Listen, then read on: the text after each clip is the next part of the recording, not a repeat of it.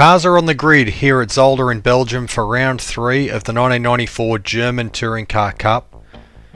This promises to be the race of the season thanks to some regulation changes in between round 2 and 3, which has freed up some of the aerodynamic rules in the category, and some of the manufacturers have taken real advantage of it.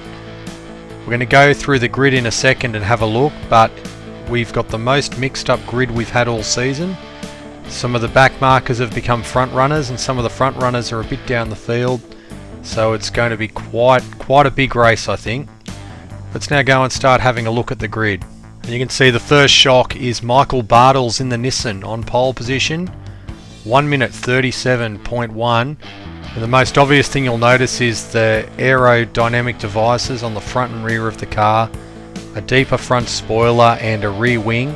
These have been freed up thanks mainly to, in Britain, the Alphas in the British Touring Car Championship. That really set off the war in Class 2 2-litre racing in 1994, and it made its way to Germany, where Germany has freed the regulations up a bit more. Alongside Bartels on the front row is teammate Ivan Capelli, 0.6 of a second off, which shows you how fast the number 23 Nissan was. Capelli, who's been well out of the points all season, now finds himself on the front row, which is what you'd expect from an ex-Formula 1 driver in an ex-Formula 1 team as well, the BMS Scuderia Italia Nissan team. Position 3, Marcus Osterreich in the Ford, and you'll see the Fords have also got rear wings and deeper front splitters. These changes weren't allowed in the British Touring Car Championship. It was Germany that led the way in sort of freeing up these rear wings and everything, and a couple of other European championships also adopted it, but the British Touring Car Championship stayed quite true to the car shapes for the rest of 1994. Out of position 4, Philip Adams, the first of the Audis. Now, not one of the regulars, he's a bit of a wild card if we want to put some World Superbike slang into here. Belgian local, and he's the first Audi, and his Belgian Audi club entered 80 Quattro. From 5, Thierry Boutsen, another one of the Fords who've found a lot of pace. He set the exact same time as Philip Adams, but because Adams did it earlier in the session, he kept 4th, so still that's Boutsen's best qualifying of the year in the first of the Eggenberger Mondeos. From 6, Bruno Eichmann, also making the most of these new aero devices on the Fords, and you can expect him to be a front runner all race. From 7, the round 1 winner Ronaldo Capello, the first of the normal Audis, the regular Audis. He's alongside Hans-Joachim Stuck. It'll be interesting to see what happens with these cars over the race. Obviously 4-wheel drive, so they'll presumably hold onto their tyres a bit better, but by the same token, the Audis haven't got any new aero devices. They're still running the same specification that they ran in the first 2 rounds, so will the aero devices help the front wheel drive cars hold onto their tyres a bit longer? Position 9, Emanuele Pirro. He's had a slow start to the year. He'll be looking to play a bit of catch up again after his round 1 DNF. 10, Frank Bieler in the Audi, well down the order, not what we expected after the demolition job they did in the first 2 rounds. Patrick Bernhard 11th, so the 5 full season Audis all in a line. Position 12, that's us, Russ Dugman. Car number 47, the Eggenberger Ford Mondeo. We've got the new wing kit as well. We haven't had quite the performance jump that the other Fords have had, but long race, we'll be okay. 13, Marco Werner, another car sporting a new aerodynamic device from the Opel Astra. 14, way down the order, the first of the BMWs, Johnny Cecotto. Now, they do have a new aerodynamic kit, but it's not as wild as the Fords and the Nissans, but it is a bit bigger than the aero devices that came along during 1994 in the British Touring Car Championship. The rear wing's a bit taller, so, but in GTR2 at least, it's not helping the BMWs as much as the other cars that have also gained rear wings. Alex Bergstaller from 15, Milos Bickel, he's in 16th, his first run for the year. 17, Alfred Hager, once again he's had a slow start to the year, but he's a very good driver. 18, Yolanda Sura, She's had points finishes this year. Position 19, Klaus Panches in the second of the Wolf Fords, having his first run for the season. Now he's running the old style Ford with no aerodynamic devices. Looks a bit different obviously, and you can obviously see the performance gap. He's 1.3 seconds off 18th, and in terms of the Fords, he's nearly 4 seconds off the fastest Ford, his teammate Marcus Osterreich. Rounding out the 20 car field, Rennie Hollinger in the Mitsubishi Lancer, having its first run for the season, prepared by Bomani. Quite an interesting car, at the back of the field by quite a ways at the moment, but they're still sorting it, so hopefully he can have a reliable run and get a finish. So that's how they all line up. It's going to be a very interesting race. Nissan's off the front. We're in the middle of the pack out of position number 12.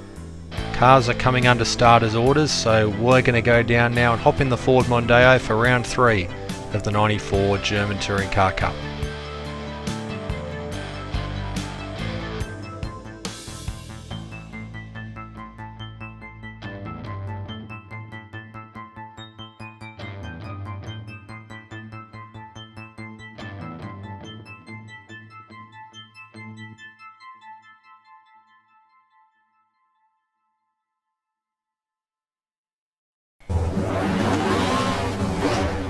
Set to go on the grid, lights are on.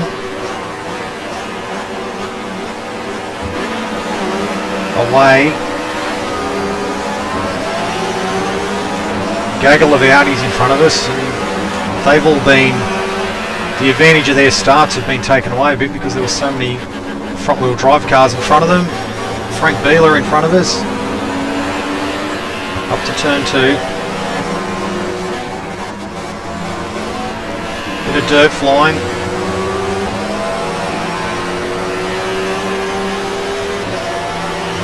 As the field shakes out through onto the back straight, behind the pits, literally the back straight, up to the chicane.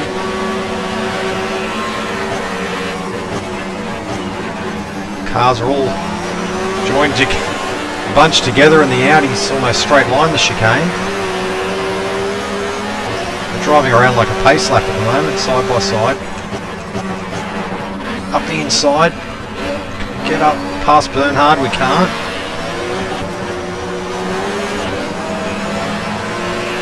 Out of the chicane, around, getting towards the end of the lap. We're through Bernhard, I think. Behind Frank Bieler.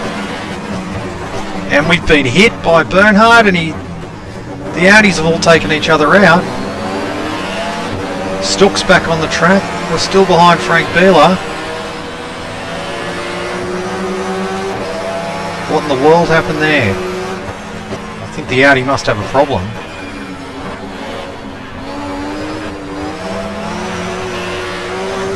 Maybe he slowed because it was yellow flag. I think there was a yellow flag, so we'll let him go back through.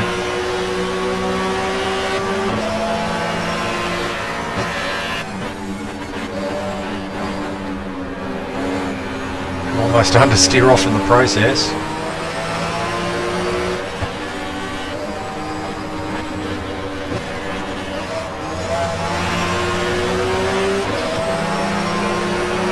Well.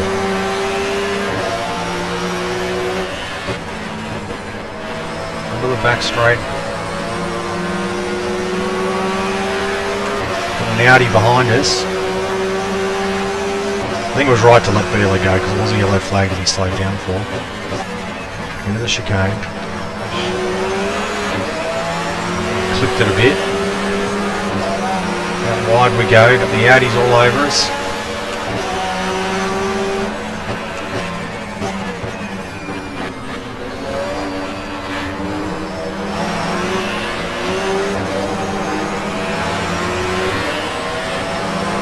It was a mistake to let Bieler back past because he's taken off.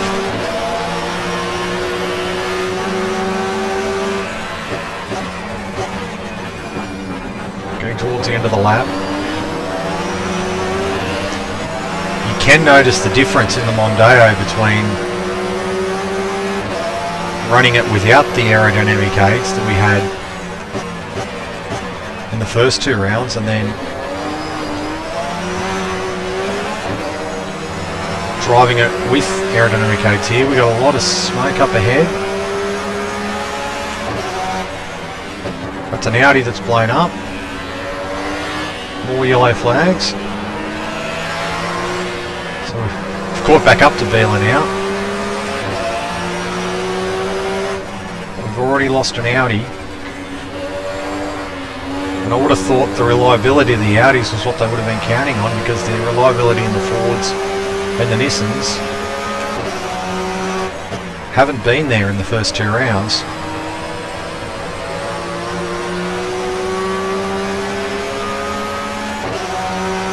But the car is just much more planted, as you'd expect, over the chicane. Not the period correct Zolder chicane, but it's all we've got on GTR2 is this much more modern version.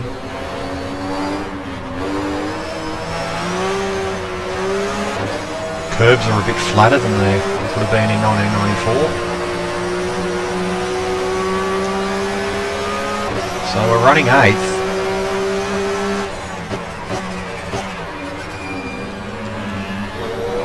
It's the apex there. On lap 3. It's a long race. Former Grand Prix circuit here at Zolder.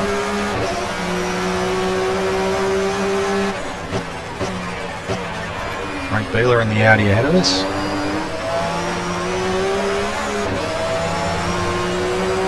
We're dropping the Audi behind us. Might have been hinged up.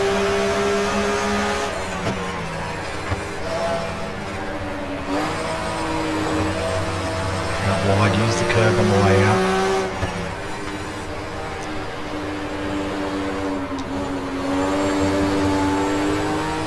Around these sort of awkward first couple of corners.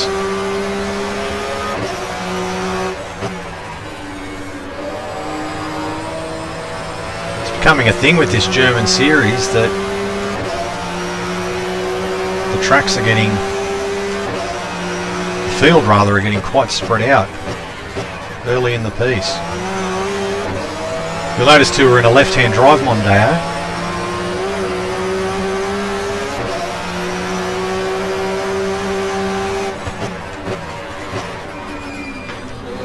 One of the things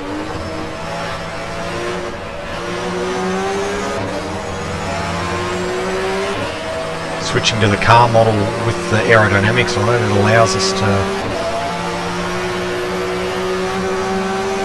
run left-hand drive up to right-hander towards the end of the lap. This is what the cars come standard within the mod. The 95 German Mondeos anyway, with the aerodynamics and with the left-hand drive. So I sort of had to do a little bit of work to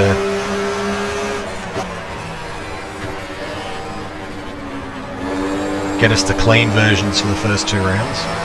Same with the Nissans and the BMWs.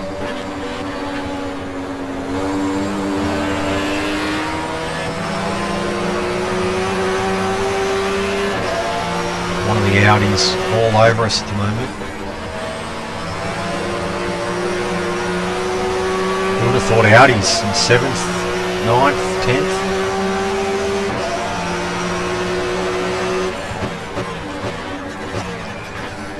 And I'll have to wait and see. I can't imagine. This is a very tight and twisty track. I would have thought it would have been more suited to 4-wheel drive than aerodynamics. Throw it through the chicane. Use the grass.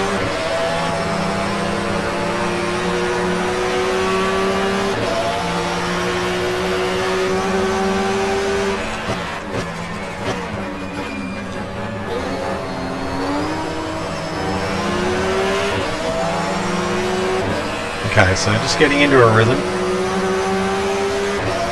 We're now to end the lap.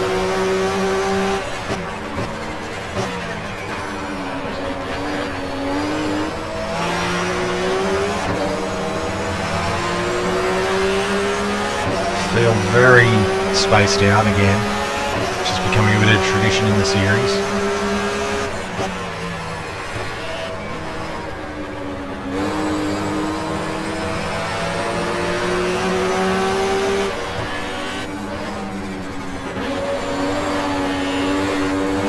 Sideways. I'm feeling like we're running quite slow, but it's not as if we've got a train behind us.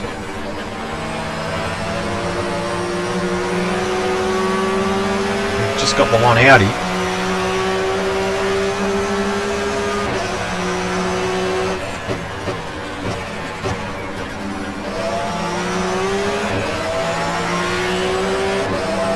The Audis, of course, cut that chicane on lap 1.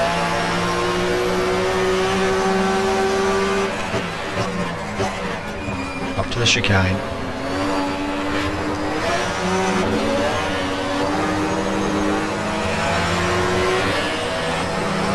Chicane put in there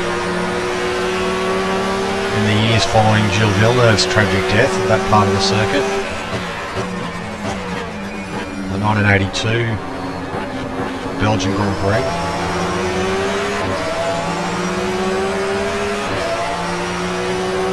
Zolder hosts the 84 rather Belgian Grand Prix, and that was it as far as Formula 1 went, but did host a European Touring Car Championship round for the years after. More recent times hosted SRO GT racing in terms of international competition.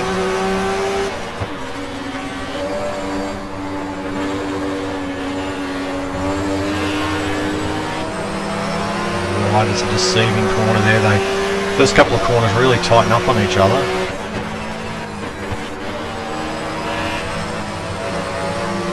It's the curve and the Audi in the grass again. He takes a much wider line. 6th gear.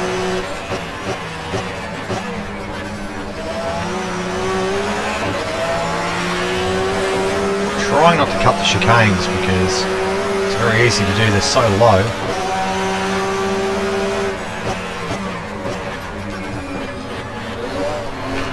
Through the chicane.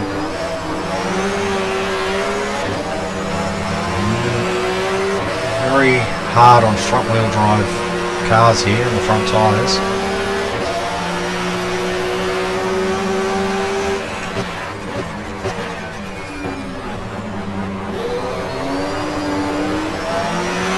Still running 8th out of the 20 in the field.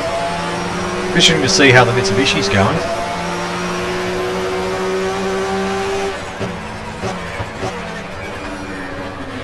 Around to end the lap.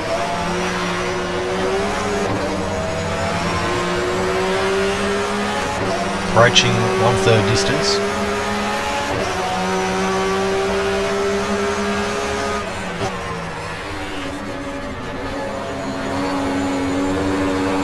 Just missed the apex there. And we've been hit by Hans Stuck, which was pretty uncalled for.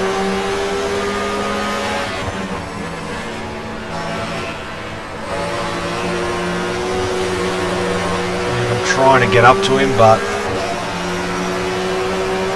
I suppose we did make a mistake, but I don't think he needed to push me off. We've got the BMWs behind us. Probably Johnny Cicotto leading the charge and the chicane.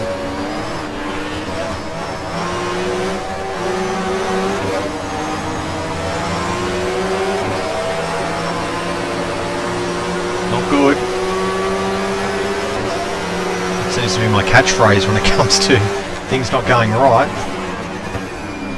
When I'm calling a race from behind the wheel here. Looking back, I seem to say not good a lot. Well, that hurts as well. Trying to keep stooking our sides. That's not going to help. Hope we haven't done any damage.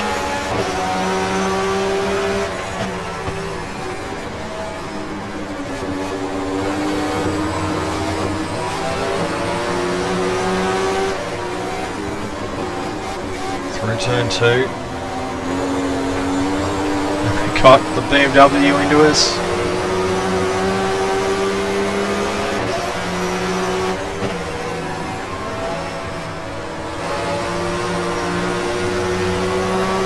Down the back straight, looks like even Marco Werner and the Astra's in there. That's showing you what a bit of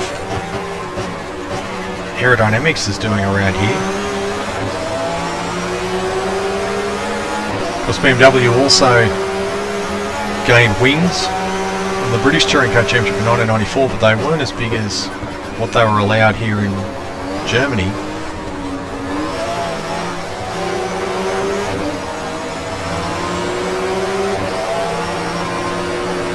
So trying to hold on the 9th. Stook's gone, unfortunately.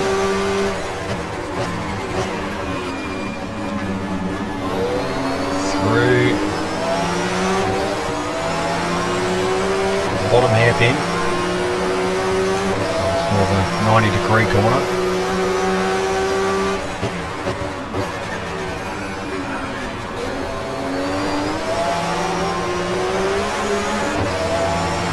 Across the curb. Can't believe we hit the wall last lap. That was pretty poor.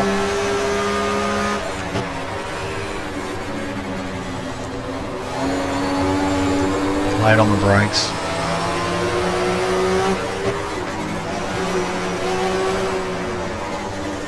And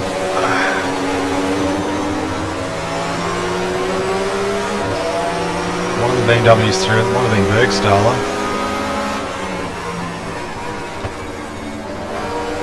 Suffering with grip problems here. I just can't turn it left, or turn it right rather, so it's the left-hand side tyres. Oh, I didn't want to do that. Hope I didn't cut the corner too much there.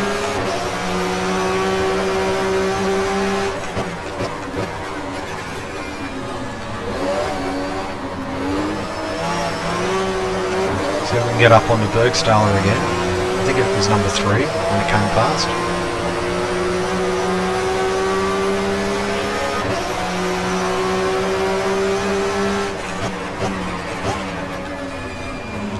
Not going to catch him doing that. Luckily there was a bit of tarmac there to sort of save us. Approaching half distance.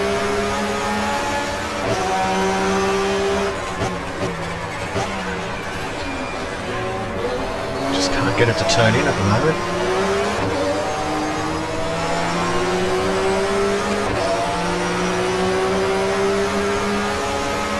Into lap 11.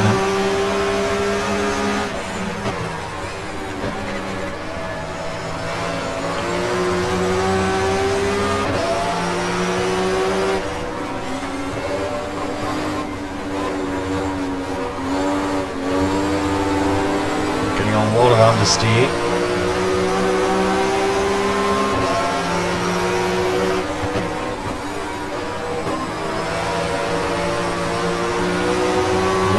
Over us, and we're dropping back on the BMW now.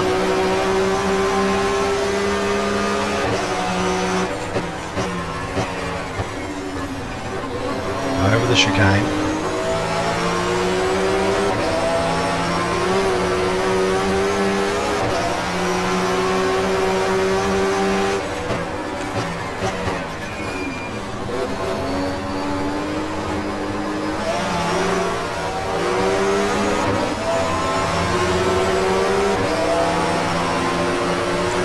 Ride the chicane through.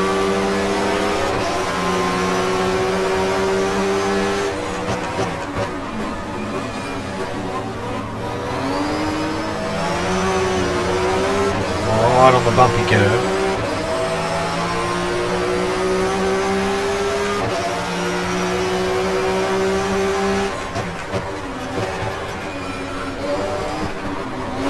Stay off those little red bits in the curve. They really bump the front end off the ground. So we're at half distance into turn 1.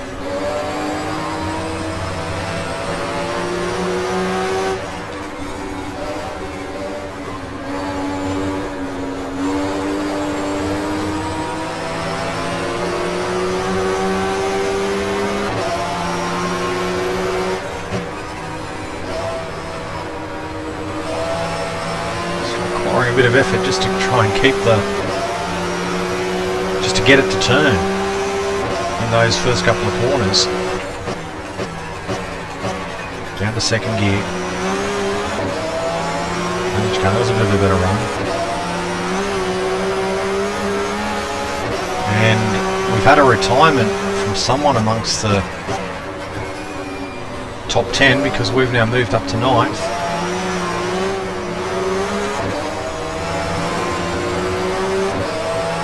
To see who it was. Down the hill.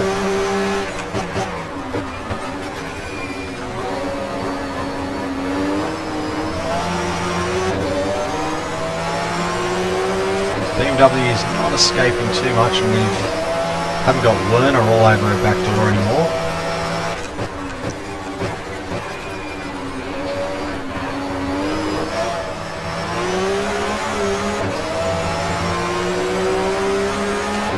Across the line, so we're sitting 9th.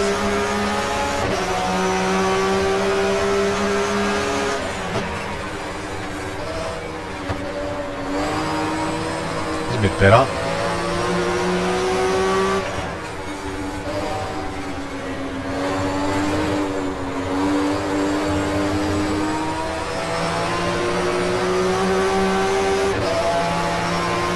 I find third gear too low through those corners.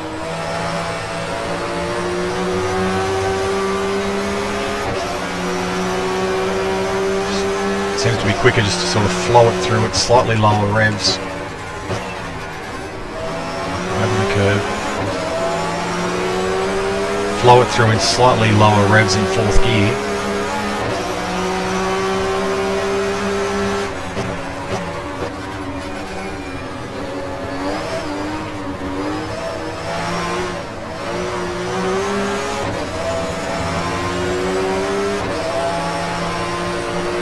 Around the back part of the track, through the woods. Lots of beautiful scenery around the track, as you'd expect from a Belgian circuit.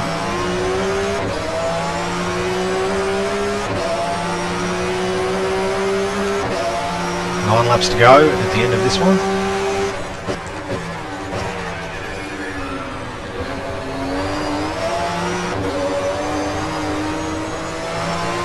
Fourth round of the championship is at Zandvoort.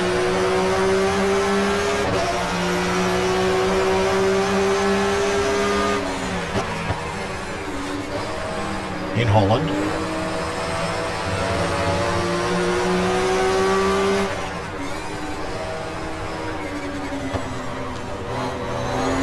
So it's the German Touring Car Cup going on a bit of a tour.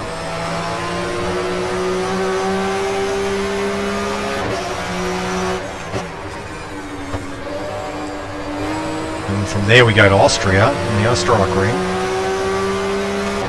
before round 6.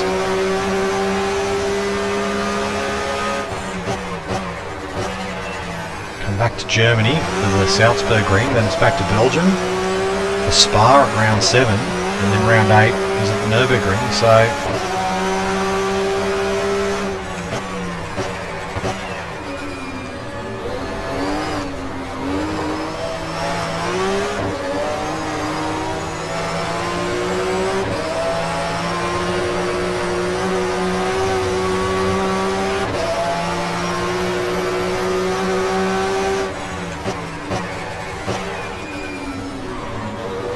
That's always been the tradition for the German championships to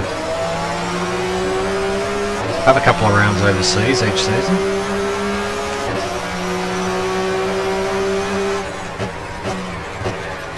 For many years this was the traditional starting point for the DTM.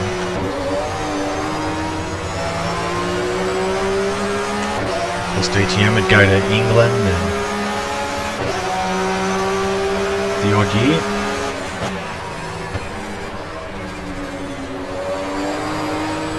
Closing up, I think it must be the Mitsubishi.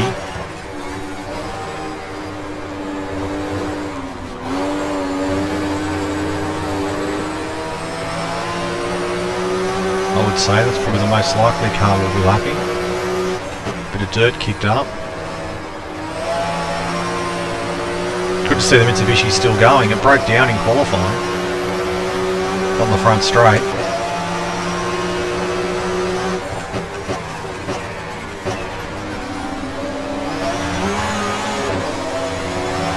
Completely missed the apex there. It's given Marco Werner a chance.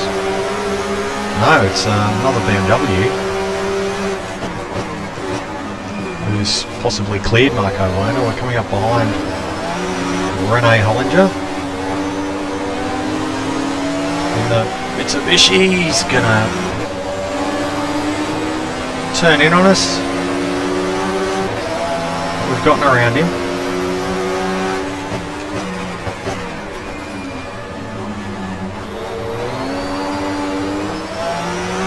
BMW still behind.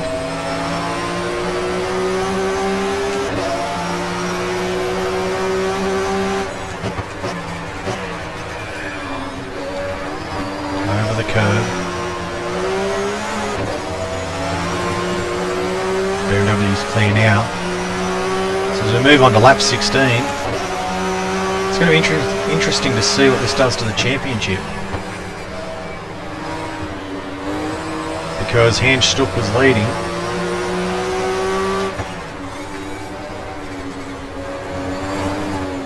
By 7 points over Ronaldo Capello. And he was 1 point in front of Frank Bieler.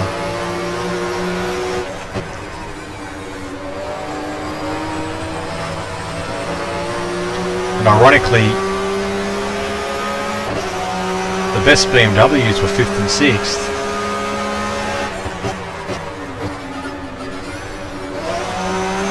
Which were Thierry Tassin and Marc Duez in the Belgian BMWs, and ironically they're not running here today. They only committed to the first 2 rounds of the 94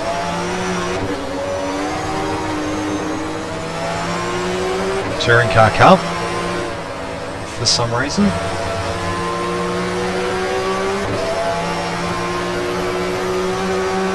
BMW breathing down our neck.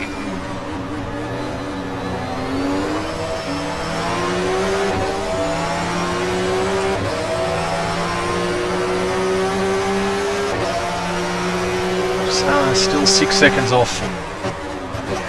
I think it's Bergstaller. So maybe this car behind us is Chicotte.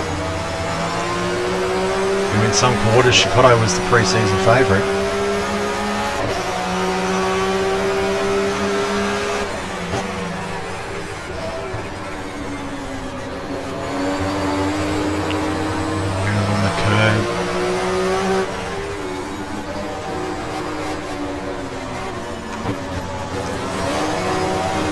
Hurts because Chicotte's underneath us.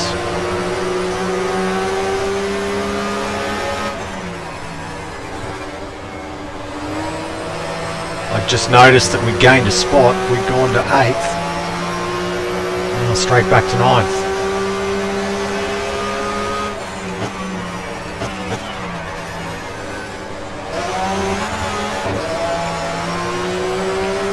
Straight over the curve, that wasn't good. Try not to cheat too much in this when it comes to cutting corners and the like. Oh, we've got no front turn in at all.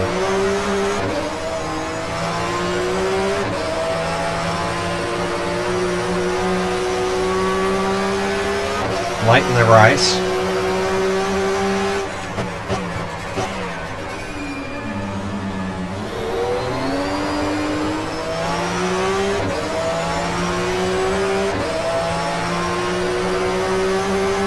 Up to the bridge.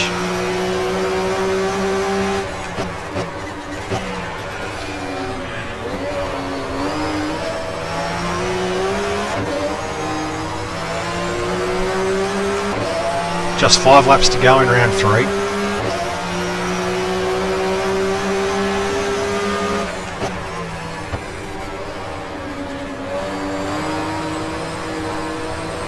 Probably expected a bit more, but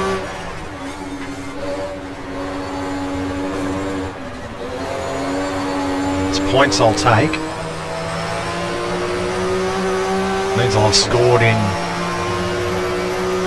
all the first 3 rounds. It's going to be very interesting to see who's won the race.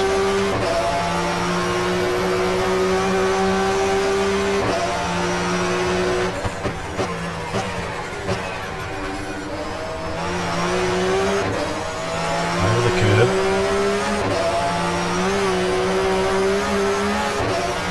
Five seconds in front of 10th.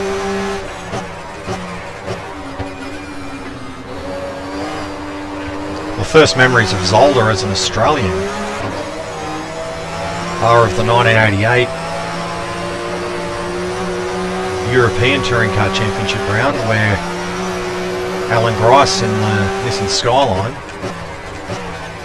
got right amongst the Sierras in what was in many ways the most competitive outing in the Nissan that year.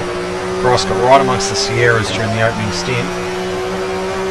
It was only really when it rained that things went awry.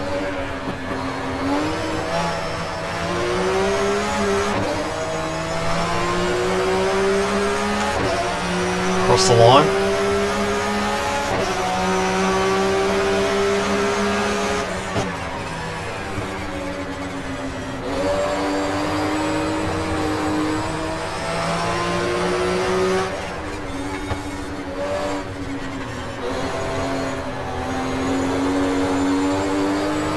Unstable.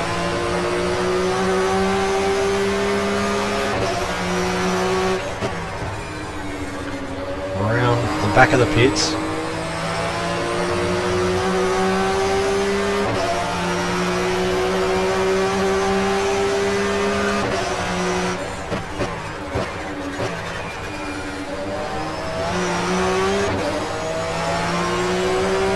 think that's Werner behind us.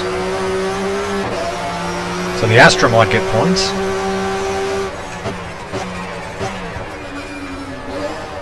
Which will be its best run to date this season.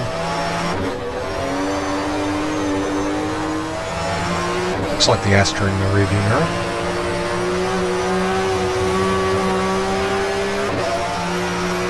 Down the hill.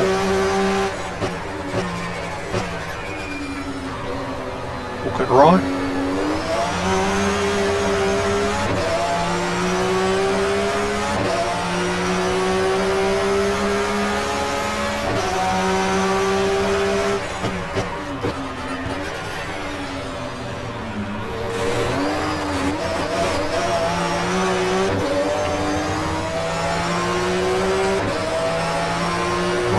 Roughed it across the curve there.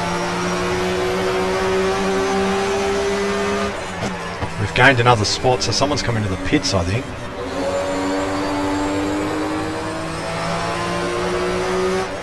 So, bit of a race of attrition.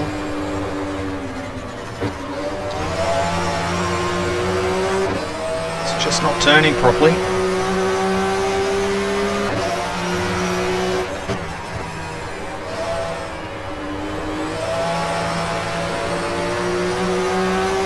Down the back straight, so sitting 8th. It's 3 points. To add to our total of 7 that we've already got.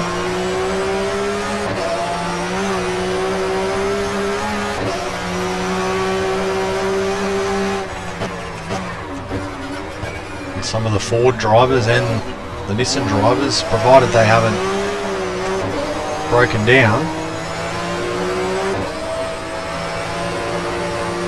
they'll be getting a nice haul of points.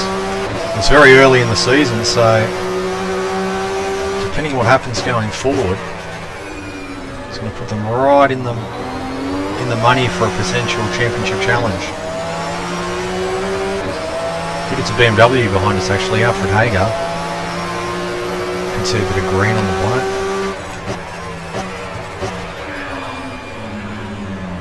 And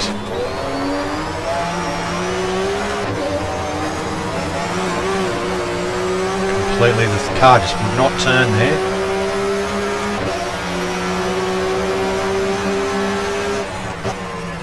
So maybe I've gone too aggressive on the tyre pressures, or maybe camber.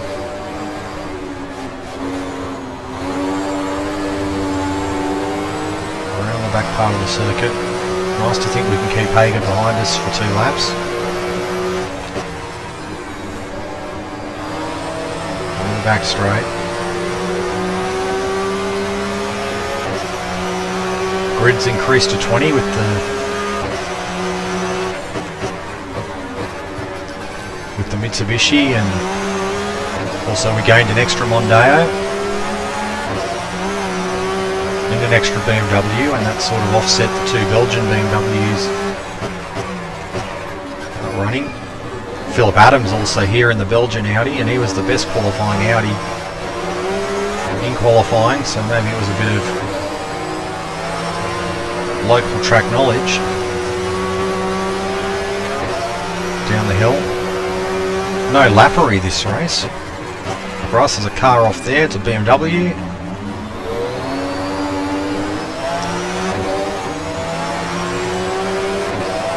We haven't gained a spot though, so it's retired behind us.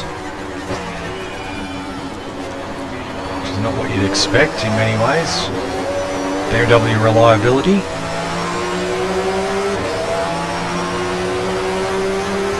Across the line into the last lap.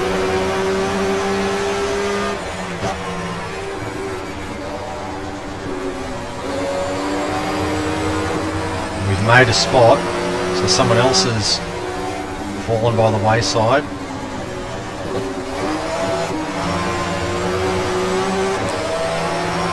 I was worried Hager was going to get through there. Just struggling with front grip here.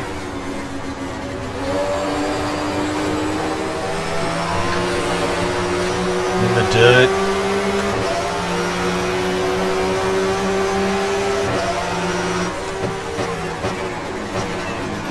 Chicane for the final time.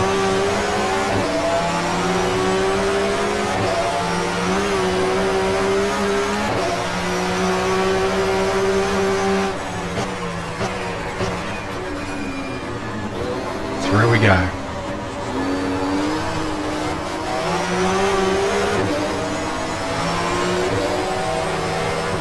Checkered flags out.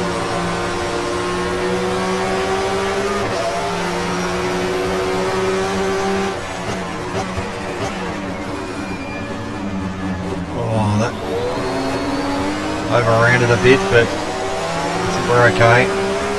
Provided we don't mess up the last corner. We'll be able to hold 7th. Up to the chicane. Very easy.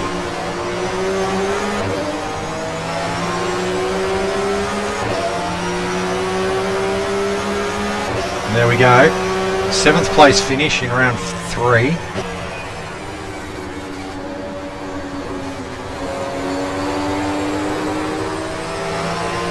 Sort of hovered mid-pack most of the race.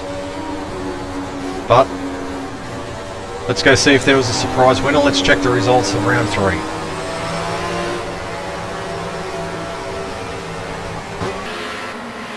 But before we go and check out the results, let's go back and have a look at the highlights of what promised to be a fantastic race. The run down to turn 1, Michael Bartels and Marcus Osterreich dives up the inside in the Ford Mondeo. Ivan Capelli runs a bit wide but sticks in 3rd, Thierry Boutsen up to 4th. Midway around the first lap, Boutsen and one of the Audis run a little bit wide. Rennie Hollinger, he clung on to the back of the field early on in the first run for the car, into the first lap. We're battling with the Audis, and Patrick Bernhard goes right up the inside, takes out two of his teammates. Must have been a mechanical failure, surely. Here's the onboard with Bernhard. We're right in front, Russ Dugman. Got Bergstaller just on the left. Into the back of us. We get into Beeler. Bernhard gets into Stuck. Stuck gets into Pirro, then Bernhard nails Emanuele Pirro, and three of the Audis are off the road. Bartel's got into the lead early on. Osterreich stuck into second place. Capelli third. Fourth was Philip Adams, and Bruno Eichmann in the Audi was in fifth. Klaus Panches having his first run for the season in the old spec Ford Mondeo. And here's early on, Ronaldo Capello blows his engine. Hans Stuck slows down, Emanuele Pirro slows down, but Alex Bergstaller gets into the back of both of them. More chaos for the Works Audis, who really had a day to forget. Capello, after winning the first round, this is not what he needed. A DNF. Not what Audi needed either, and there's the collision. We settled back here. We're chasing one of the Audis early on in the race. Had a fairly good race, we did. Philip Adams here, sitting in fourth, doing the stalking of the leading Nissans and Fords. Amazing that he's the Audi up the front, given what happened in the first two rounds, because so much drama with the Works Audis in this race. Bartels continued to lead, but it was close up the front. Osterreich wasn't letting him get away, neither was Ivan Capelli. Now, we had a bit of an incident here with Hans Stuck. Gives us a tap. We managed to keep it straight.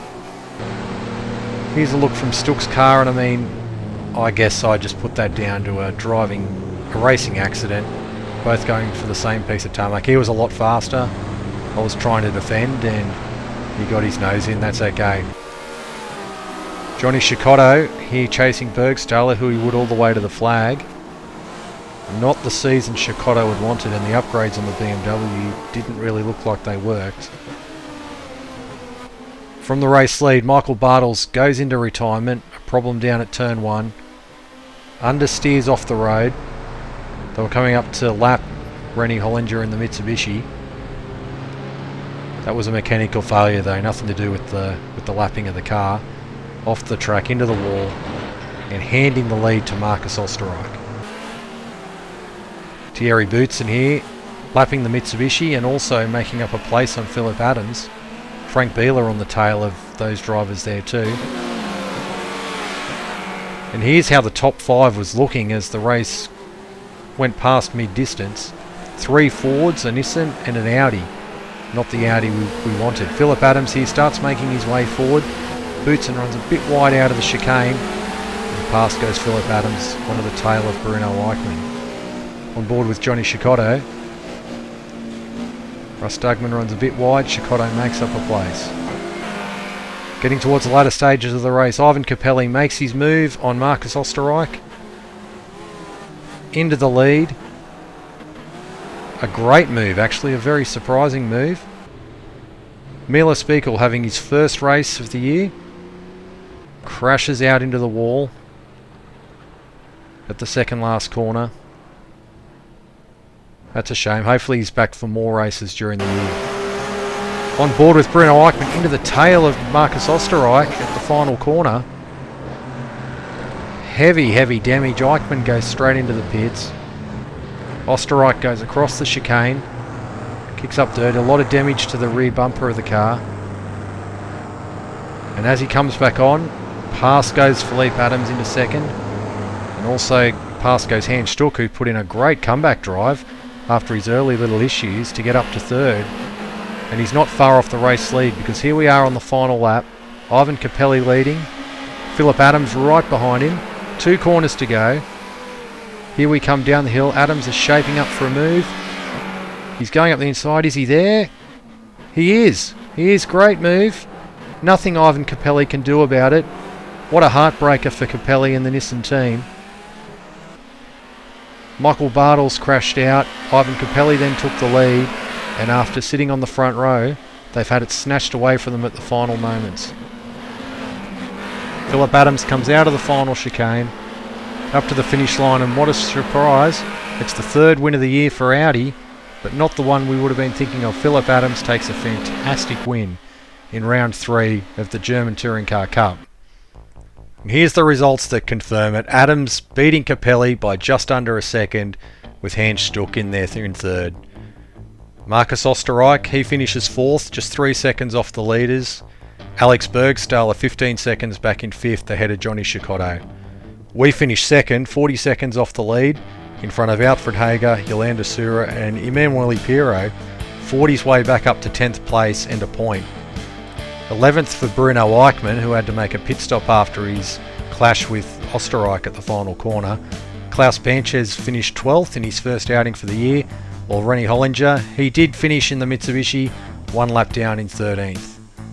Milos Bickel, whose accident we saw, he had a brake problem. Gearbox problems put paid to Thierry Boutsen, Frank Bieler and Marco Werner in the Opel. Michael Bartels in the Nissan had a suspension failure at turn 1, which we saw. Ronaldo Capello lost his engine, which was quite obvious, and Patrick Bernhard retired with suspension damage from that first lap accident. So that leaves the point standings looking like this after 3 rounds. Hans Stuck has a handy 19-point lead over Ronaldo Capello. Frank Bieler in 3rd, Patrick Bernhard 4th, and Phillip Adams off the back of his win shoots up to 5th, so we've got Audis 1 to 5 in the championship. Ivan Capelli, he's jumped straight up to 6th as well in the Nissan off the back of his 2nd place. Alex Bergstaller and Marcus Osterreich are equal 7th, while we're equal 9th with Emanuele Pirro and Thierry Tassin on 11 points. So that's about all there is from Zolder here today. A fantastic race, and it's really livened up the championship, which was looking like a bit of an Audi-a-thon after the first 2 rounds. And although an Audi won today, it was a great race and he only got the win on the last lap. Thanks for joining us. The next round for the German Touring Car Cup will be from Zandvoort in Holland, and we're looking forward to that. That'll be coming up soon. Thanks for watching again, as I said, and we'll see you soon. Bye for now.